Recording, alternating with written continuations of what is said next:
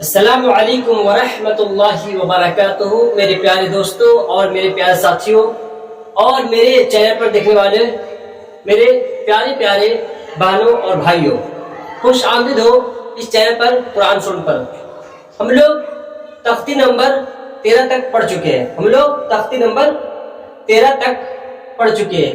آج جو تختی ہے 14، 15، 16 پڑھانے کی کوشش کروں گا۔ اگر زیادہ ہو جائے گی، ویڈیو لمبی ہو جائے گی تو چھوڑ دوں گا، ورنہ سوچوں گا کہ آج 14 اور 15، 13 تو ہو چکی ہے، 14 اور 15 پڑھانے کی کوشش کروں گا انشاءاللہ۔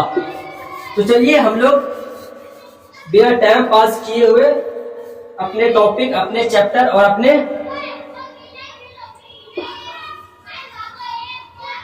سبق کی طرف۔ تو تختی نمبر 14 اور 15۔ تو 14 کہتے ہیں 14، کیا کہتے ہیں؟ 14، اور 15 کو 15۔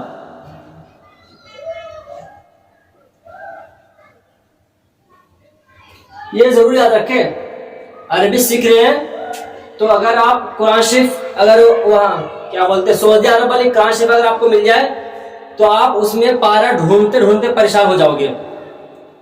اس لیے ہم لوگ عربی سیکھ رہے ہیں، عربی پڑھنا سیکھ رہے ہیں، تو قرآن شریف میں اگر آ جائے 11، 12، 13، 11، 12، 13، 14، 30 تک، زیادہ اگر 1 سے لے کر اگر 10 تک آپ سیکھ جائیں گے تو پھر مشکل نہیں ہے، کیونکہ اسی میں 10 ملانا، 10 میں 1 ملانا، 10 میں 2 ملانا، 10 میں 3 ملانا، تو سیکھ جائیں گے۔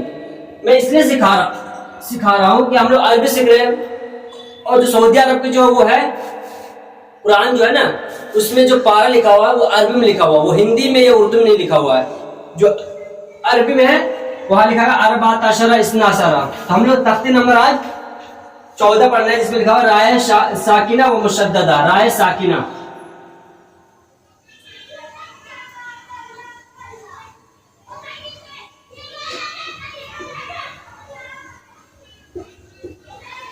رائے ساکنہ و مشددہ۔ آپ سوچیں گے کہ یار رائے ساکنہ کیا ہے؟ ہم لوگ پڑھ چکے ہیں اس کے بارے میں، لیکن اسی تفسیر نہیں کر رہا ہوں، جلدی کر رہا ہوں۔ انشاءاللہ کوشش کروں گا کہ 14، 15، 16، 17 تک پڑھانے کی، کیونکہ اس میں زیادہ سمجھانے کی ضرورت نہیں ہے۔ کیوں؟ رائے ساکنہ کیسے کہتے ہیں؟ جس راہ پر جزم ہو۔ اگر آپ اس میں مطلب گھبرا رہے ہیں، آپ کو سمجھ میں نہیں آ رہی ہے، تو آپ لوگ آئیکن بٹن پر جا کر، یہاں پر آئیکن بٹن آ رہی ہے، اس پر جا کر آئیکن بٹن پر، اس کے بعد آپ ویڈیو دیکھ لیجئے جزم والی، اور پورا ویڈیو دیکھ لیجئے چیپٹر 1 سے لے کر، مطلب جہاں سے پڑھا رکھو تختی نمبر 1 سے پہلے نقطہ والی، وہاں سے لے کر تختی نمبر 1 سے تختی نمبر 13 تک دیکھ لیجئے، تو اس میں جزم میں آ جائے گی، تو اس کو دیکھ لیجئے تو آپ کو سمجھ میں آ جائے گی انشاءاللہ۔ تو تختی نمبر جو 14 میں ہے نا، رائے ساکنہ۔ رائے ساکنہ کہتے ہیں ساکن والے حرف، رائے ساکنہ مطلب جس راہ پر جزم ہو اسے رائے ساکنہ کہتے ہیں۔ رائے مشددہ جس راہ پہ تشدید ہو اسے رائے مشددہ۔ مشددہ مانے تشدید والی، اور ساکنہ مانے ساکن والے، جس حرف کو ساکن کہتے ہیں، جیسے ارسلنا، ار ہو گیا نا، تو اسی لیے ارسلنا قرآن شریف میں آ جاتا ہے، تو رائے ساکنہ سمجھیے آپ۔ میں تھوڑا سا اردو پڑھ لیتا ہوں، اس کو سمجھیں۔ جزم والی راہ کو رائے ساکنہ کہتے ہیں، اور تشدید والی راہ کو رائے مشددہ کہتے ہیں۔ راہ پر زبر یا پیش ہو تو راہ پر ہوگی، راہ پر زبر اور پیش ہو تو، یہاں پر پر کی بتا رہے ہیں، تو راہ پر اگر زبر زیر، راہ پر زبر پیش ہو تو، راہ پر زبر یا پیش ہو تو، ہاں راہ پر زبر یا پیش ہو تو، راہ پر زبر یا پیش ہو تو پر ہو۔ پر کسے کہتے ہیں؟ انشاءاللہ میں کوشش کر رہا ہوں، جیسے ار باریک، ار جسے نکلے بھی نہیں، راہ نکلے نہیں، جسے بولتے باریک، تو زبر زیر پیش کو رائے ساکنہ کہتے ہیں۔ اگر رائے راہ کے اوپر جزم ہو تو رائے ساکنہ کہتے ہیں، اور آپ زبر یا پیش ہو تو راہ پر ہوگی، ہو گیا۔ اس کے بعد رائے مشددہ، رائے مشددہ پر زبر یا پیش ہو تو رائے مشددہ پر ہوگی، سمجھ گئے نا۔ تختی نمبر جو 14 ہے رائے ساکنہ مشددہ، جزم والی راہ کو رائے ساکنہ کہتے ہیں، اور تشدید والی راہ کو رائے مشددہ کہتے ہیں۔ راہ پر زبر یا پیش ہو تو راہ پر ہوگی، اگر زیر ہو تو باریک ہوگی، جیسے بری، راہ پر نہیں ہوگی، ٹھیک نا۔ اس کے بعد رائے ساکنہ سے پہلے زبر یا پیش ہو تو راہ پر ہوگی، رائے ساکنہ کیسے کہتے ہیں؟ جیسے رائے ساکنہ، را کے اوپر جزم والی، جیسے میں بتا رہا ہوں امیر، امیر میم کے نیچے کیا ہے؟ زیر ہے، تو را کے اوپر جزم ہے، جزم والے حرف جو کام ہے جو یوز ہوتا ہے وہ اپنے پچھلے والے حرف سے، اپنے پچھلے والے بھائی سے، اپنے پچھلے دوست سے وہ ہیلپ لیتا ہے، مدد لیتی ہے، اس لیے وہ پچھلے والے حرف سے مدد لیتی ہے۔ لیکن اگر پچھلے والے حرف پر زبر یہ پیش ہو تو پر ہوگی، جیسے امیر، کیسے یہ تو باریک والا ہو گیا نا، جیسے کہاں گیا قرآن یغررک ارسلنا، قرآن یہ پر ہو گئی، اب باریک زیر ہوگی، تو اس کے بعد ہے رائے مشددہ، رائے مشددہ وہی جس طرح یہ ہے نا رائے ساکنہ، وہی رائے مشددہ ہے، صرف اس میں بدلے گا تو صرف تشدید، جیسے میں مثال کے طور پر بتا ہی دیتا ہوں ورنہ آپ گڑبڑا جاؤ گے، جیسے مستقر، مستقر، مستقر اور مرتن، مرتن، تو را جو اس طرح نکل رہی ہے نا، را یہ پر ہو گئی، اب بارے ہو گئی، جیسے بر قل اعوذ برب، را کا صبر ہے اس لیے پر ہو گئی، برب الناس ہو گیا، بس رائے ساکنہ مشددہ سیکھ لی ہے۔ اگر تفسیر سے جانا ہے، اگر اس میں سمجھ میں آپ کو نہیں آیا تو کوشش کی مجھ سے پوچھ لیجئے کمنٹ میں کر کے یا پھر واٹس ایپ پہ کر کے، انشاءاللہ میں بتا دوں گا۔ اس کے بعد ہے تختی نمبر 14 سیکھ گئے، تختی نمبر 15 ہے، تختی نمبر 15 حروف شمسی اور حروف قمری، اس میں تھوڑا سا کنفیوز ہو جاتے ہیں، بہت لوگوں کو سمجھانے کے بعد بھی مشکل لگتا ہے کہ سمجھ میں آئے، لیکن کوشش کر رہا ہوں کہ سمجھا دوں۔ حروف قمری و حروف شمسی، حروف قمری و حروف کیا ہے؟ حروف قمری و حروف شمسی،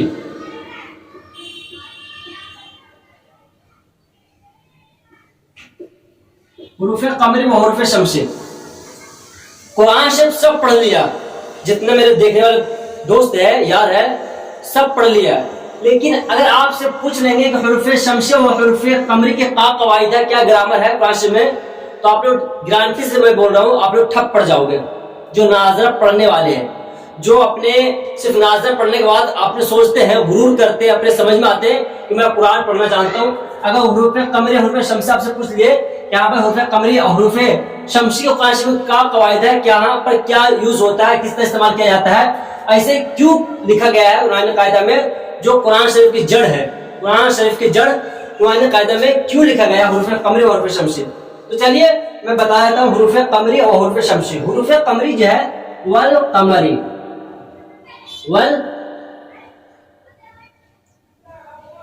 والقمری، اور حروف شمسی کیا ہے؟ کان الناس، آسان لے لیتا ہوں،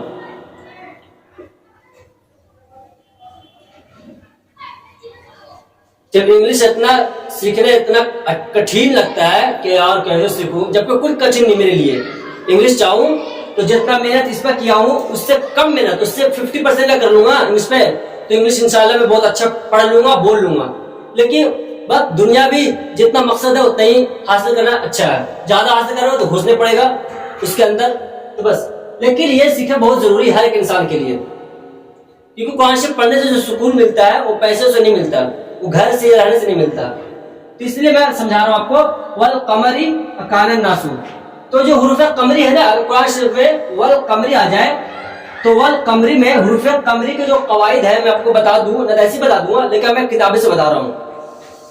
اگر الف لام اگر حروف قمری کے شروع میں ہو تو صرف لام کو پڑھیں گے، الف کو نہ پڑھیں گے، جیسے والقمری اگر بیچ میں الف آ جائے تو الف کو نہیں پڑھیں گے، واو کو لام سے ملائیں گے، جیسے واو لام زبل، جیسے یہاں بیچ میں الف ہے تو الف کو نہیں پڑھیں گے، کیا پڑھیں گے؟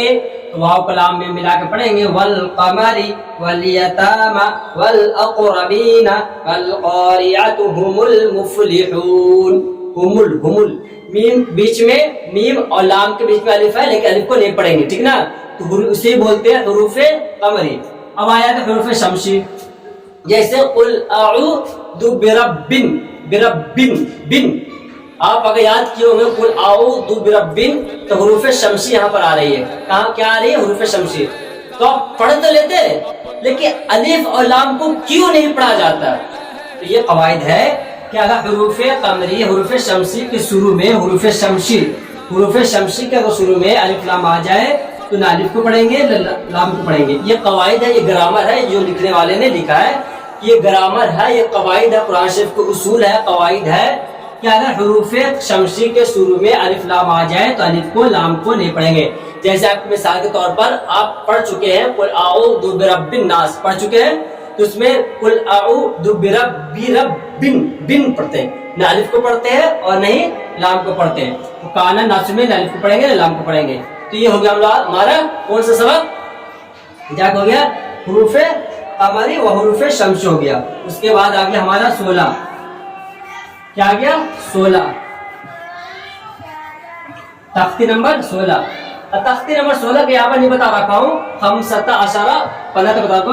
حروف تختی نمبر 16 کو کہتے ہیں ستت عشرہ. کیا کہتے ہیں؟ ستت عشرہ. جتنا قرآن سے سیکھنا ضروری ہے اسی طرح قرآن سے گنتی بھی سیکھنا ضروری ہے. آپ کو اگر پوچھنا مجھ سے ہے گنتی کے بارے میں تو ضرور, اگر اس کا پورا ڈیٹیل پڑھنا چاہتے ہیں تو ابھی تو رمضان کی ہے اس لیے میں قرآن سے پڑھا رہا ہوں. انشاءاللہ رمضان بعد مجھے فرصت ملے گی تو مطلب کہ یہ تو مطلب 1 سے لے کے جتنا تک گنتی جو ہوتی ہے وہ انشاءاللہ عربی میں سکھاؤں گا, اور عربی میں بول چال سکھاؤں گا. عربی میں ہر ایک چیز کے بارے میں, گھر کے بارے میں, بول چال کے بارے میں, مطلب ہر جانور پرندہ درندہ ہر چیز کے بارے میں انشاءاللہ عربی کے ورڈ اور جو تلفظ روزانہ کا جو بول چال ہوتے ہیں انشاءاللہ میں وہ بھی کوشش کروں گا کہ وہ بھی آپ کو سکھانے کی کوشش کروں گا عربی میں بول چال. لیکن ابھی رمضان قریب آ رہی ہے, ابھی جو ضرورت ہے زیادہ وہ قرآن سے سیکھنے کی, اسی لیے میں بتا رہا ہوں. اگر آپ لوگ سبسکرائب شیئر اور لائک کر دیں گے تو بہت فائدہ ہوگا, کیونکہ میں انشاءاللہ رمضان بعد کوشش کروں گا کہ گنتی ہو یا عربی لائن سے جو کچھ بھی ہو, اردو لائن سے جو کچھ بھی ہو, سب چیز کو آپ تک پہنچانے کی کوشش کروں گا. چاہے وہ حساب کتاب سے ہو یا پھر جتنا بھی نالج مجھے ہے یا پھر عربی لائن سے ہو یا کسی لائن سے ہو, انشاءاللہ میں سب کچھ پہنچاؤں آپ لوگ. لیکن آپ لوگ سے گزارش ہے کہ آپ لوگ کیا کریں, سبسکرائب کر دیں. چلیے میں 16 جو ہے اگلے پارٹ میں پڑھاؤں گا, اگلے پارٹ میں آپ ضرور جائیے. تو مجھے دی اجازت, میں گلزار ندوی, السلام علیکم ورحمۃ اللہ وبرکاتہ.